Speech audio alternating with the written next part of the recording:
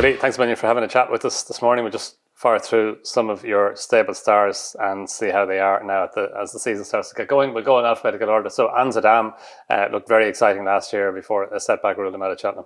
Yes, I was thinking of going novice chasing with him, but he had a little setback, and I think it might be easier to go down the champion hurdle route with him.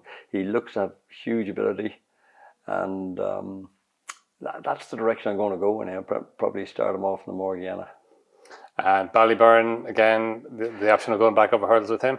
Yeah, I'll have a word with connections, but I'm in favour of going over hurdles with him.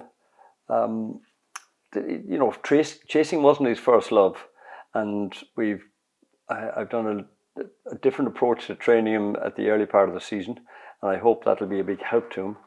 But I think it might be easier for him to go down the stairs hurdle route this year.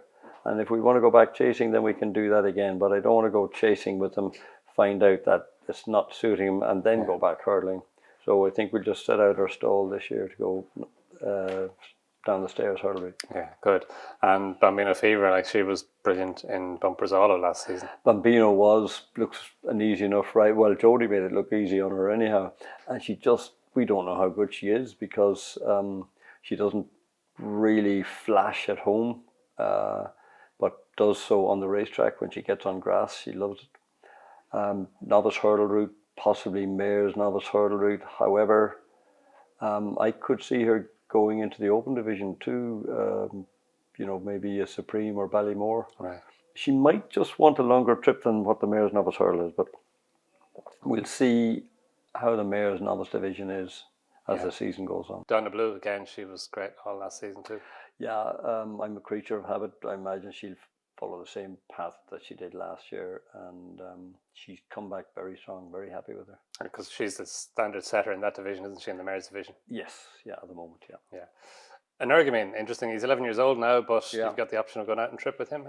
I think so. He might win over 2 miles this year, but I'm not sure he's.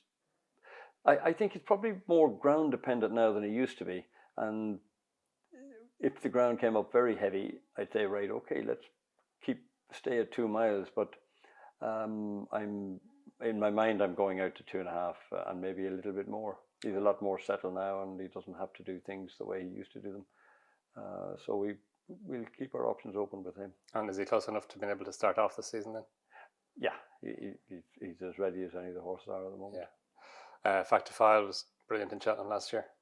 He was, and you'd have to say, I'm looking at him, I suppose, Ryanair / Gold Cup, but JP has Gold Cup horse there, so he probably won't want to take him on. And but that's the direction I'll be looking at through the season. And let's see.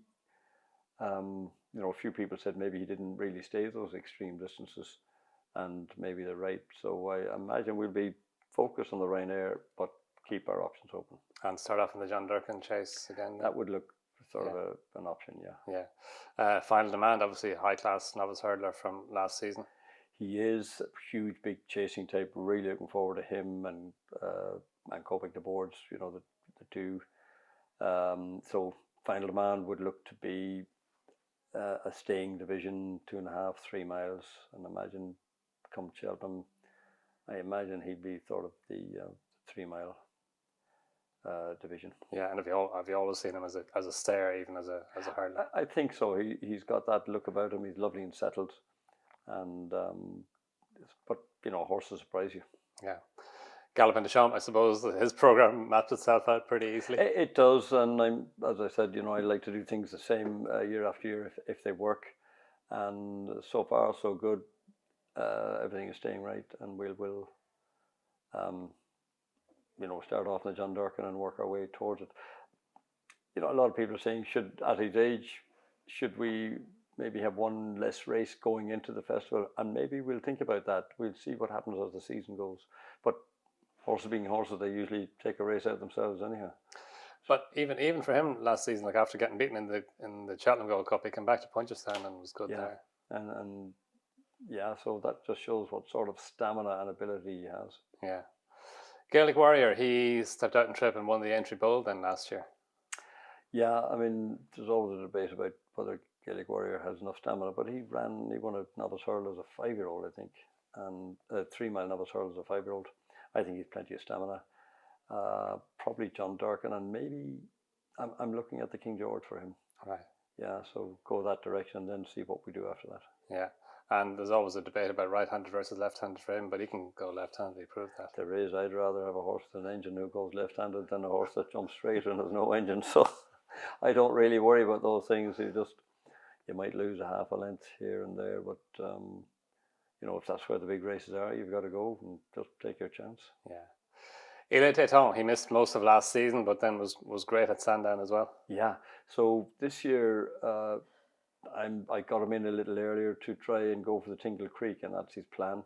If I can get a run into him before that, maybe in the Clonmel Oil, we'll do that. But he went to the Celebration Chase with a 10-month absence or something last year. And so it's not a huge issue to get the run into him, but I will if I can. And Pere Pass, he won the Manifesto Chase at the Entry Festival last year. Yeah. Not sure the total, which way I'm going to go with him, but I suppose 2.5 to 3 miles.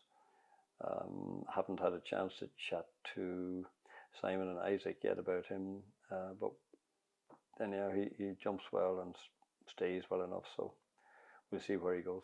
Right. And Jay de Grugy was good at Cheltenham, but then came back and won at Punchestown. Yeah, Jay de Grugy, I'd like to go novice chasing. Got to have a word with Connections. Yeah, I think novice chasing might be the way to go. And have you seen her as a chaser as well, even during her hurdling career?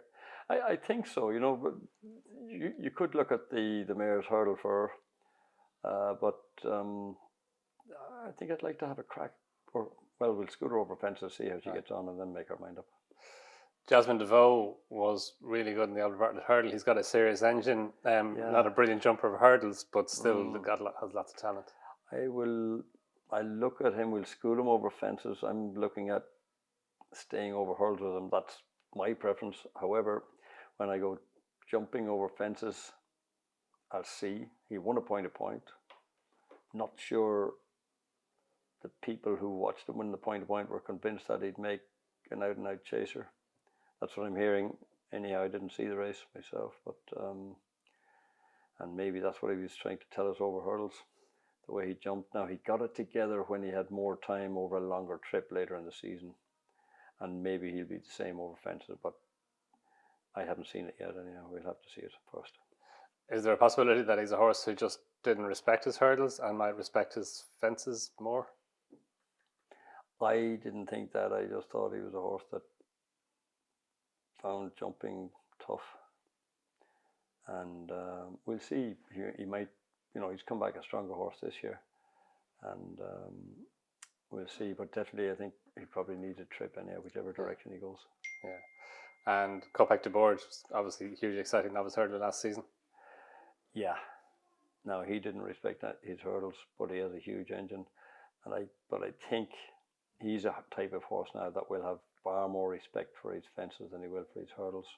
I'm really looking forward to see him over the minimum trip this year. So you think he's a 2 mile novice chaser? Well, the way he goes over hurdles, yeah, I'd hate to be trying to hold him up over fences. Right. Lecky Watson sprang a bit of a surprise in winning the Brown Advisory Chase. He did. I'm wondering, you know, was he a Grand National horse, or I mean, where he won so well in Cheltenham? Do you go back there for Tilt of the Gold Cup? We'll have to see. We'll start him off and we'll give him a run or two. You know, maybe he's more a Grand National horse. Right. So I think he ran really well at a big price in the Cheltenham Bumper as well. He did. He likes the venue. But what I really liked about him was that he was just so solid. I think Sean kept him to the outside, just kept him jumping, kept his rhythm up. And I know that's what you need in a Gold Cup horse. However, it's really what you need in an entry horse, isn't it? You know, that he just measures his fences, takes his time, jumps them, gets from A to B in one piece. Excuse me. So I'm looking forward to seeing which direction he goes. If he improves, he's definitely a Gold Cup horse. If he stays at the same level, it's probably more Grand National horse. Right. And where might he start off then? You have a lot of horses for the John Dorkin. Yeah, we could have a division of the John Dorkin this year. But that's it. It's lovely to have those horses, so I'm not complaining. Lossiemouth. Lossiemouth. after the trouble I got in last year. But to me, she's a mare's hurdle. Looking at what happened last year, that was a last minute decision. But we took the one. I'm always a believer in run where you're going to win. We were really looking forward to going to Champion Hurdle, but then the Champion Hurdle picture changed, and there wasn't at any poll down at any stage during the whole season ever debated whether he was going to ride Lossiemouth in the Champion Hurdle if she ran against Stateman. He just had Stateman way ahead of her, and I think that he proved his point, even though Stateman fell at the last. She should have enough speed, but we're going to get better. She'll start off in the Hatton's Grace, right, and we'll take it from there. And who knows what way things will go, but she's in good form now. Yeah, good. And Magsborough was again made that mistake at Cheltenham, but then bounced back up. That was unlike him, and maybe our tactics on the day weren't right, and maybe just going back to a different way. If we change tactics, it might mean a big difference, because I really like to keep him at 2 miles. So I would, and maybe just a little subtle change of tactics, and he might get rid of those mistakes, because I think he was good afterwards, and won nicely afterwards. We just were a little more positive with them, and I think that might be a help. So you'll start him off swimming as a 2 miler with the option of going out and trip if you need to. Yeah, I think we'll stick at 2 miles for the time being anyway, unless he shows us that he's not able to compete at in open company. Yeah, and Nick Rockett had led home a remarkable day for you and your son at Aintree. Yeah, exactly. And Stuart Andrew, owner, and when you have a horse that goes around Aintree so well, you should look at probably trying to emulate the likes of Red Rum. Can you go back year after year?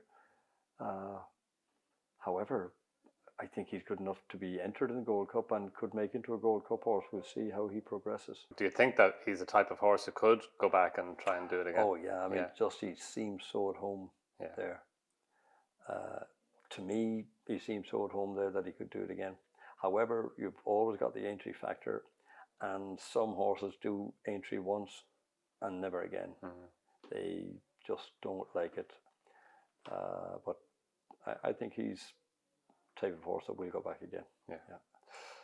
Spindleberry, she was good last season. She just seems to have oodles of ability. I imagine going for the Mayor's Chase in Cheltenham. That, to me, that'll be my target. But if all works well, that's where we'll go. Right, and our 3 wins over fences, they've all been right-handed tracks, but you were saying earlier on that it's not really a thing. we've run her right-handed, not because she needed to, just where the races were. I know she was has only run once left-handed and got beaten, but that was in a bumper, having her first run for us. And I don't think the right and left matters, but of course we're all going to wait and see what happens. And she'll start off in Clonmel, will she? I think there's a novice mayor's race in Clonmel. Another right-handed track. There you are. We will see. I mean, there's a lot more right-handed tracks, I think, in Ireland than there are left-handed. You can do the maths after the program. You're probably right. I think there's only 7 or 8 left-handed tracks. Yeah. Although this year, Laytown is straight. And Brendan Sheridan was the clerk of the course, but all the jockeys were slagging him. How did he get so many bends on a straight course with all the puddles of water? Right-handed and left-handed this year, yeah. Right and left-handed, yeah. So anyhow, that's there we are. Yeah. And finally, State Man. How's he? In great shape. He was really in top form there this morning, and started off in the Morgiana and usual paths then to Cheltenham and Punchestown. Do you think he can be as good this year as he was last year? Yeah, he's in great shape.